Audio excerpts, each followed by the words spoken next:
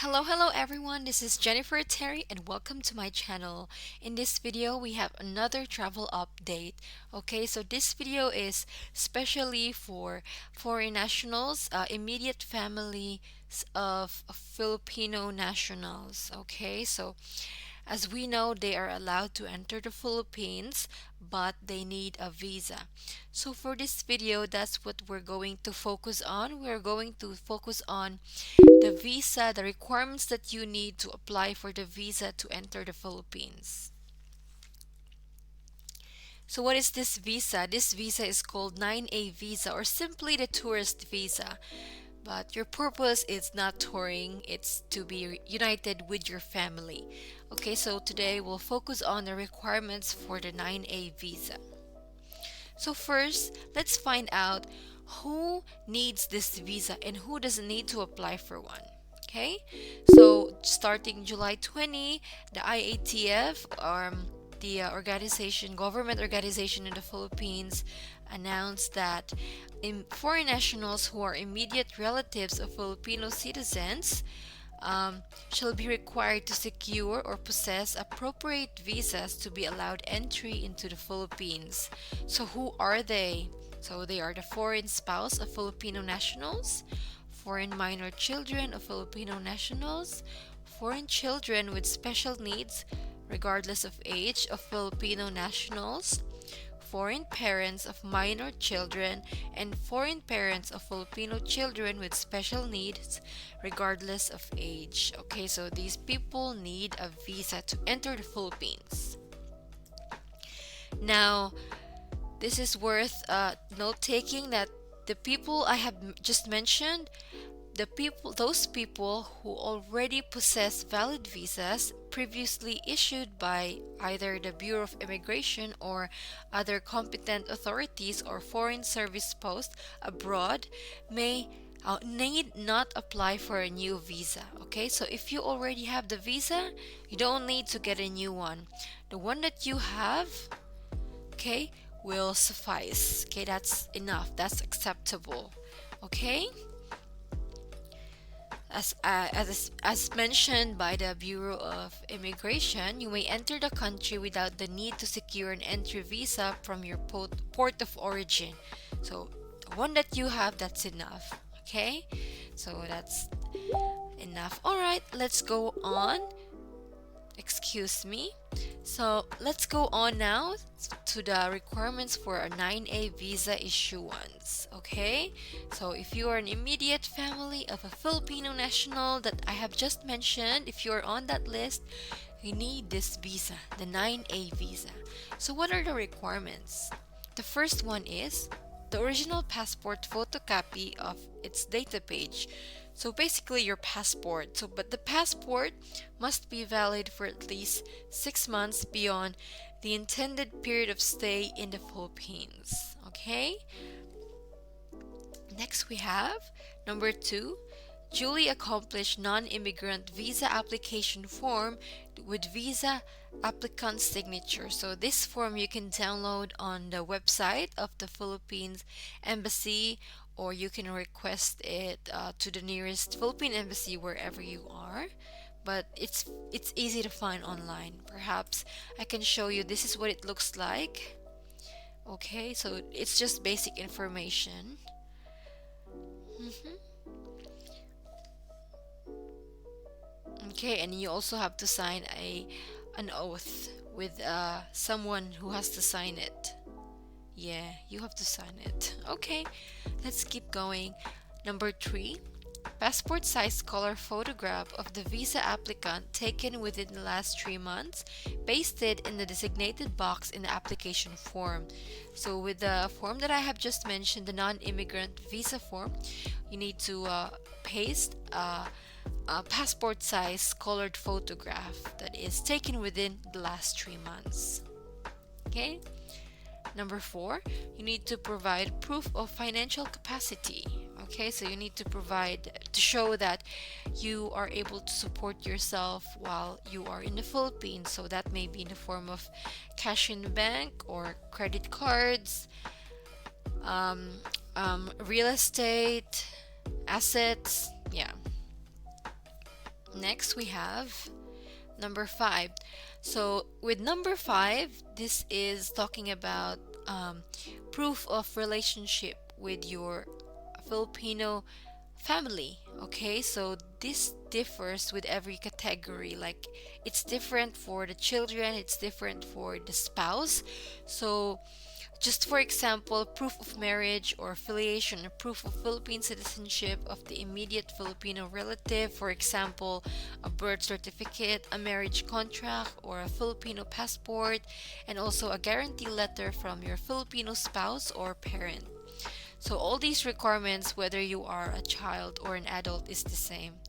Okay, so if this number five, it's called additional requirements, and it's this is more um, wide of discussion. So if you want to know more about in detail about what you need to provide, kindly just check out my last video. I made a very detailed information on that. So just check my channel or um, click the link down below. I'm gonna put it in the description box. Okay, so I made that just 2 days ago, so that's very updated. Okay, now let's go to number six requirement. A copy of your flight itinerary or booking, subject to the maximum capacity of inbound passengers. Okay, next we have number six, proof of pre-booked accredited quarantine facility. So as we know, when we arrive in the Philippines, we are going to undergo a swab test once we arrive in the airport. And after the swab test, you'll have to be in quarantine while waiting for the result. The good news is for non-OFWs or non-overseas Filipino workers, so those foreign nationals and students, tourists, everyone else except OFWs, the results of your swab test will come out in within 48 hours. So you only need to stay in the hotel maximum of 2 nights. So that's all right. Okay, so for the information for the complete list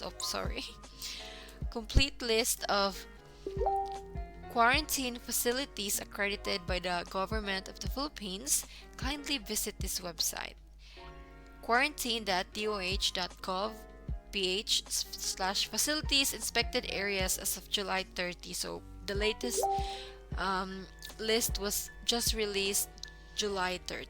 So if you open that site, this is what it looks like. So it will show all the hotels where you can stay at. Yeah, so there's quite a lot. So you have a lot of options. Okay, and I'll give you a price range. The cheapest I found actually is from 1,500 pesos, 1,400 pesos, and the most expensive ones are from 10,000 pesos. Okay, so there's many choices. So if you want information about that, I also made a vlog about that here. Okay, just check out my channel and you can see the list of the quarantine hotels for you can choose at. There is the price there and the contact information. Okay, so let's go to the seventh requirement. The seventh requirement is a proof of pre-booked COVID-19 testing provider.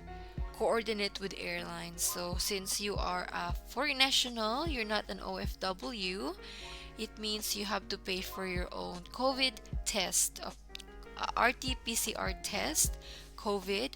So the price is about 4,500 pesos. So like if you fly with Philippine Airlines, I know that they have their own testing provider, so you'll have no problem. It will be included and you just have to contact them and tell them that you're a foreign national and that you need a COVID-19 test. So you have to pay for that. In the airport, you can pay by cash, by credit card, and you can also pay if you have Philippine peso, or you can use your US dollars. That's acceptable. And also if you want, there are also open money exchange booths in the airport. Okay, so important thing is coordinate with your airline. And next we have pay for the applicable fee. So for the 9A visa, the single entry worth is $30, and the multiple entry for valid for 6 months is $60, and the multiple entry valid for 12 months is $90. Okay, take note, all these prices are US dollars. So it may be different if you are like paying in a different country, different currency. So just get in touch with the Philippine embassy closest to you. And take note that this is because we have special time. This is new normal. The submission of application is by appointment only. So again, like this, I've got this from the consulate general or the embassy in California. So in California, you have to make an appointment online. You have to give your information, your email address, your phone number, and your availability for the appointment. And they're also gonna ask questions about, have you had fever for the last 2 weeks? Just basic health screenings. So that's it. Just get in touch with the Philippine embassy nearest you, because it may be different. Okay? And also check their website. Very important. Let's go next. So that's it. We only have 8 requirements. So this is just general requirements, okay? There might be other requirements that will be asked from you, and that's totally up to the country of origin of where you are, okay? Now let's go. I would just like to add this news. So just 2 days ago, August 23, there were South Korean nationals who claimed to be spouses of Filipino nationals and used fraudulent documents, which because of that, the Bureau of Immigration has tightened the screening of foreigners seeking entry into the country by claiming to be married to Filipinos, following reports of fake marriage certificates. So that's sad news, hey. Don't just do people and everyone else is affected. That's why you need to bring your documents, even all the documents you submitted, just bring it when you get to the Philippines. Put it in your hand carry bag so you always have those. Very strict. That's what the commissioner said. It is not enough that they have entry visas, marriage, and birth certificates in their possession. He said that they may undergo a secondary inspection. So if there are inconsistencies in their answers to question of immigration officers, they might be refused entry. So just prepare for the worst. Like, have all your documents, and just if you're genuine, okay, be genuine. So, and as I've mentioned, the commissioner also said that they must always bring with them their authenticated marriage certificate and other supporting documents when traveling to the Philippines, so they could readily present them when asked to do so by immigration officers. So there have been many instances already wherein foreign passengers claiming to be spouses of Filipinos were turned back by our officers at the airport due to their failure to show proof of marriage. Okay, that's sad. So you have the documents, just bring them. Now, if you have any questions, any clarifications, you may contact the Bureau of Immigration. So here's their contact number. So you can call them through 632-8465-2400 or at 632-8524-3769, or you may email them at imigph@gmail.com or at binoc_immigration@hotmail.ph. Okay, so this is the end of our video. Thank you so much for watching, and I will see you again next time. And don't forget to subscribe to my channel. Goodbye!